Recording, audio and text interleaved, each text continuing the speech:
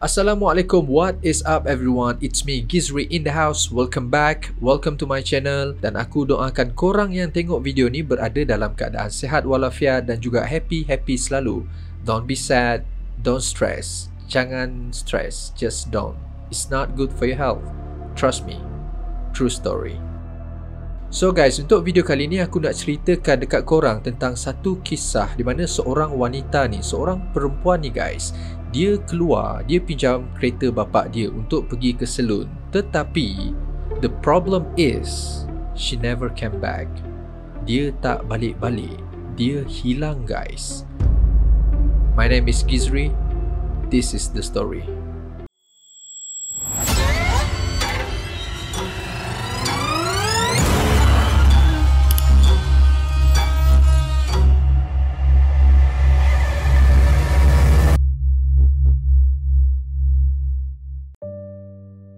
Nama perempuan ni adalah Alexis Murphy dan dia ni guys, dia berasal dari sebuah tempat yang bernama Shipment dekat area Virginia, USA, Amerika Syarikat, dan pada waktu tu dia berusia 17 tahun.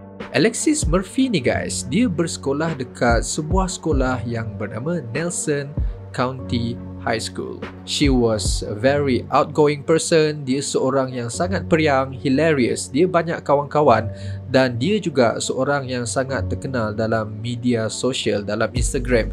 Dia ada banyak followers guys. Dan pada suatu hari tu guys, pada 3 Ogos 2013, Alexis Murphy ni dia pinjam kereta bapak dia untuk pergi ke sebuah salon.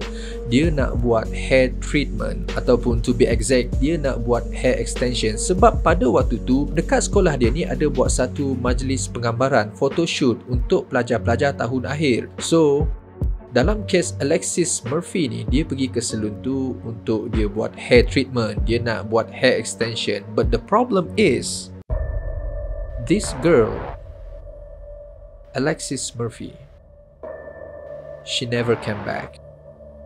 Dia tak balik-balik rumah guys. Kebiasaannya Alexis Murphy ni dia akan balik rumah sebelum jam 12 malam. Tetapi pada hari tu dia tak balik-balik guys. Dia hilang.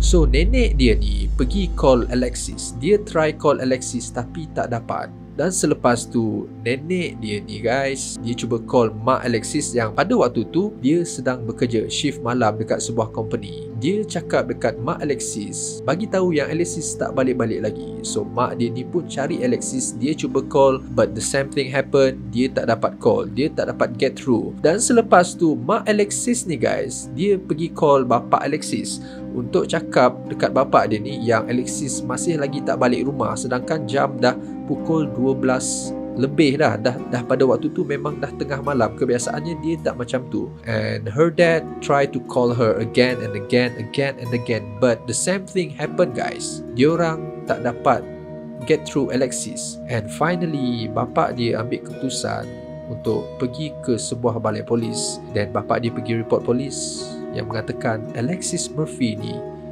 dia hilang, dia tak balik. Dan selepas tu guys, pihak polis dekat area tu, diorang terus pergi cari Alexis immediately. Serta merta guys, diorang kerahkan setiap anggota polis, setiap unit dekat balai tu untuk pergi cari Alexis Murphy. Dan kawan-kawan dia ni perasan kali terakhir Alexis Murphy ni tweet dekat Twitter pada pukul 6.40 petang yang menyatakan I actually look cute right now, selepas dia buat hair treatment. Dan selepas tu guys, diorang memang tak dapat kesan di manakah Alexis Murphy berada. Berita kehilangan Alexis Murphy ni tersebar serta-merta guys melalui setiap media sosial yang ada sebab dia ni banyak followers. So kawan-kawan dia ni edarkan gambar, dia orang share everything yang berkenaan dengan Alexis Murphy ni. Dan pada waktu tu memang agak kecoh di kalangan kawan-kawan dan juga kawasan kejiranan tu bahawa Alexis Murphy ni telah hilang.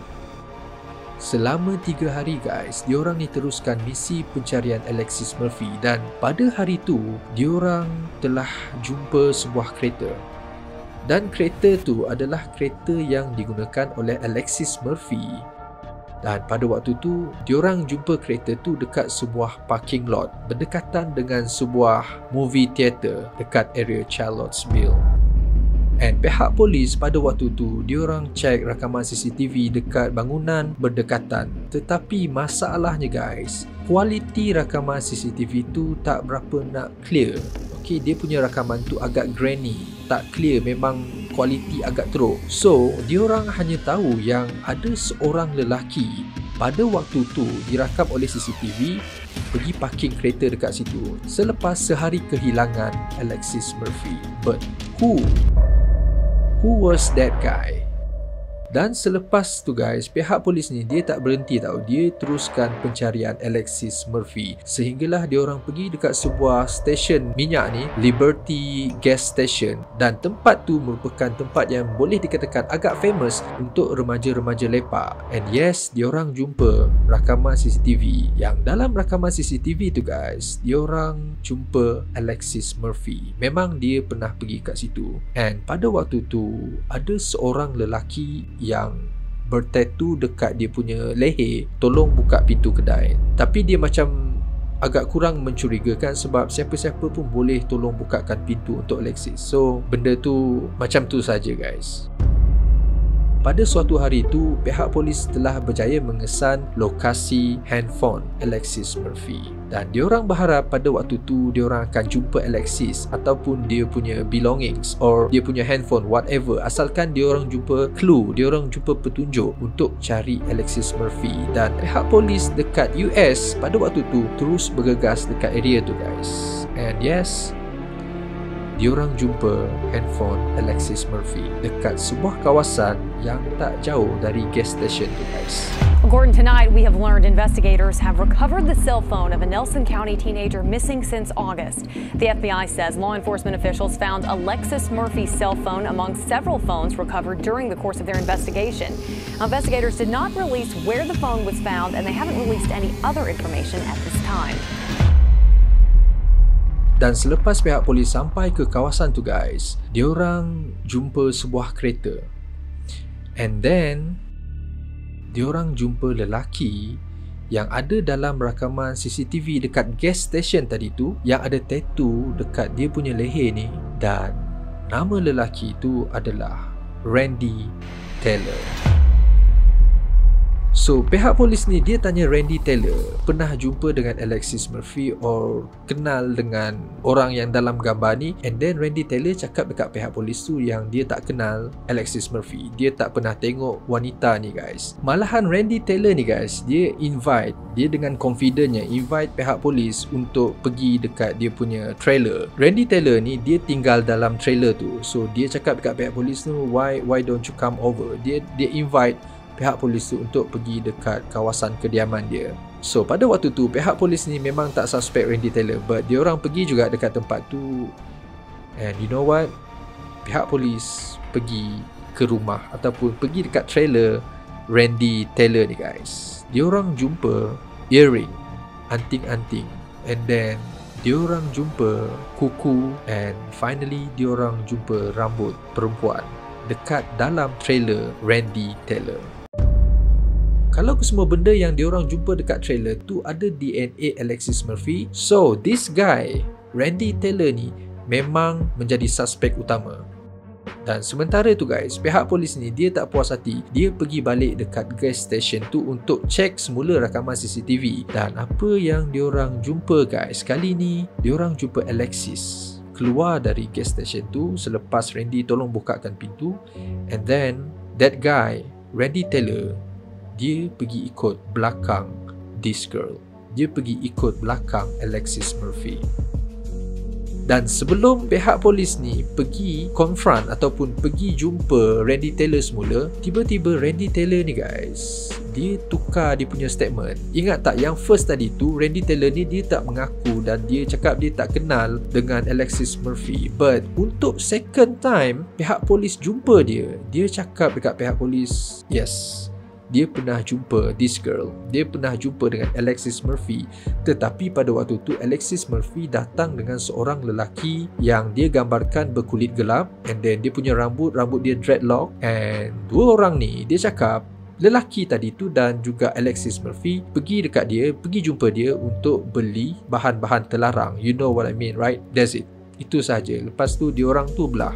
Dan Randy cakap dekat pihak polis bahawa lelaki yang bersama dengan Alexis Murphy pada waktu tu bernama Damian Bradley. Dan lepas tu guys, pihak polis ni diorang terus pergi jumpa dengan Damian Bradley ni. Diorang pergi cari Damian Bradley soal siasat dia ni guys. But Damian cakap dekat pihak polis yang dia tak kenal pun dan tak pernah jumpa pun perempuan ni. Dia tak pernah pergi pun ke tempat Randy Taylor. Pada waktu tu dia ada dekat Alabama. Dia jumpa dengan dia punya grandfather. Dan maksudnya dia ada alibi yang membuktikan dia memang tak ada dekat tempat kejadian. Dan oleh disebabkan hal tu guys, pihak polis ni dia tahu Randy Taylor ni cuba untuk mempermainkan mereka. Dan lepas tu pihak polis sekali lagi pergi confront. Diorang pergi jumpa Randy Taylor dan kali ni diorang bawa warrant untuk geledah trailer tempat kediaman Randy Taylor guys.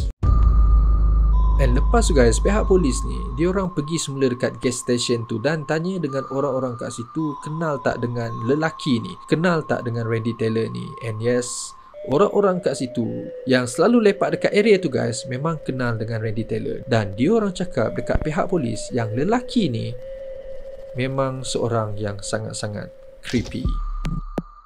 Pihak polis tadi tu diorang dapatkan warrant. Okay, dah dapatkan warrant and then pergi geledah trailer ataupun tempat kediaman Randy ni. Diorang cari everything yang mungkin ada kaitan dengan kehilangan Alexis Murphy. And pada waktu tu diorang jumpa 3 benda ni guys. First, diorang jumpa baju yang ada kesan darah. And second, diorang jumpa bulu mata palsu. And yang ketiga guys, diorang jumpa hair extension. So pihak polis pada waktu tu dia bawa ke semua bukti ni untuk pergi ke makmal, pergi lab untuk diorang test sama ada benda ni kepunyaan ataupun mempunyai DNA Alexis Murphy. And finally, yes, kesemua barang yang diorang jumpa dekat trailer Randy Taylor tu merupakan barang-barang kepunyaan Alexis Murphy. Dekat semua barang tu guys memang positif DNA Alexis Murphy. Tak dinafikan. Diorang dah buat penyiasatan, diorang dah buat test dekat kesemua barang-barang yang dijumpai dekat trailer tu. Bukan itu sahaja guys, sewaktu pihak polis pergi geledah trailer ataupun tempat kediaman Randy Taylor ni, diorang jumpa satu buku. Dan dalam buku tu guys, diorang jumpa benda yang agak pelik dan boleh dikatakan agak seram. Diorang jumpa gambar perempuan yang half naked. And then gambar tu guys, dia gunting-gunting, dia lekat dalam buku tu. But dia potong kepala perempuan tu guys dan gantikan kepala perempuan yang ada dalam buku tu dengan muka-muka remaja-remaja ataupun perempuan-perempuan yang ada dekat kejiranan tu. So dia letakkan muka diorang ni dekat badan perempuan yang dia buat stiker dalam buku tu guys. It was so creepy, right? Sangat seram when you think of it. Yes. Selepas tu guys, pihak polis ni memang dah kira macam ada bukti kukuh untuk menangkap Randy Taylor. Diorang tangkap Randy Taylor. Walau bagaimanapun Randy Taylor ni dia tak mengaku yang dia culik dan juga mungkin dia bunuh this girl Alexis Murphy. Dia tak mengaku guys. Dia cakap it was not me dan dia tak ada kaitan dengan Alexis Murphy. No, I did not kill Alexis Murphy or hurt Alexis Murphy. You know where she is? No, sir, I do not. Dia betul-betul menafikan yang dia memang tak ada kaitan dengan semua ni. Tetapi guys, pihak mahkamah ni cakap yang dia orang dah ada bukti sebab ada kesan darah Alexis Murphy dekat baju tu. Semua DNA positif ada dekat kediaman Randy Taylor. So dia orang hadapkan dia ni ke mahkamah di atas tuduhan menculik dan juga mungkin membunuh Alexis Murphy. Walaupun pada waktu tu dia orang tak jumpa Alexis Murphy, dia orang tak jumpa badan Alexis Murphy, tetapi semua bukti yang sedia ada tu dah cukup untuk meletakkan Randy Taylor ni di dalam penjara untuk seumur hidup guys. Pada waktu tu dia telah dijatuhi hukuman penjara seumur hidup oleh pihak mahkamah. Keluarga Alexis Murphy dikatakan berpuas hati dengan keputusan mahkamah dan diorang cakap yang walaupun badan ataupun mungkin mayat Alexis Murphy tak dijumpai, at least pembunuh Alexis Murphy telah dihadapkan ke mahkamah dan juga dijatuhi hukuman penjara seumur hidup. Certainly doesn't bring the closure that we need because the only thing that can do that is finding Alexis and putting her to rest. But it definitely goes a long way in helping us. So guys, dalam pada masa yang sama, Randy Taylor ni dia betul-betul tak mengaku. Dia cakap sekali lagi yang dia betul-betul tak ada kaitan dengan Alexis Murphy. Time tu media ada pergi temu ramah dia, and then dia cakap memang dia tak ada kaitan dengan Alexis Murphy. And things get complicated bila satu hari tu guys, ada seorang lelaki bernama Jesse Matthew. Dia ni seorang pembunuh bersiri dan dia ni seperti yang digambarkan oleh Randy Taylor, berkulit gelap and then rambut dia rambut dreadlocks. Pihak polis dekat situ mungkin anggap yang diorang ni salah tangkap orang. Randy Taylor ni mungkin bukan pembunuh Alexis Murphy. Selepas tu guys, pihak polis ni teruskan siasatan dan akhirnya diorang dapat tahu, dipendekkan cerita, Jesse Matthew ni bukanlah pembunuh yang membunuh Alexis Murphy. Dan selepas Randy Taylor ni dia tahu yang dia ni memang akan dipenjarakan seumur hidup, dia tukar statement dia guys. Dia cakap dekat pihak mahkamah yang dia akan bagi tahu dekat mana badan Alexis Murphy sekiranya pihak mahkamah ni bersetuju untuk mengurangkan jumlah hukuman penjara selama 20 tahun. But family Alexis Murphy ni tak setuju guys. Dia cakap Randy Taylor ni harus dipenjarakan seumur hidup. Dan sebenarnya family Alexis Murphy ni berharap yang Alexis masih hidup. Diorang menyimpan harapan bahawa Alexis ni mungkin masih hidup.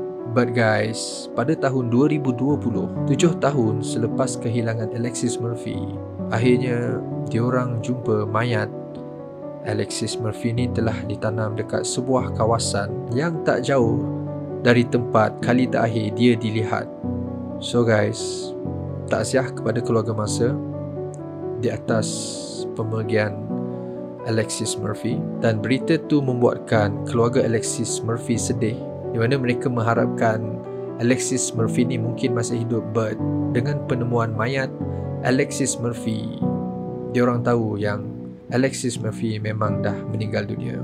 But at least diorang berjaya jumpa mayat Alexis Murphy. So guys, aku rasa setakat ni saja untuk video kali ni. Terima kasih banyak-banyak kepada korang yang sanggup luangkan masa korang untuk tengok video ni sampai habis.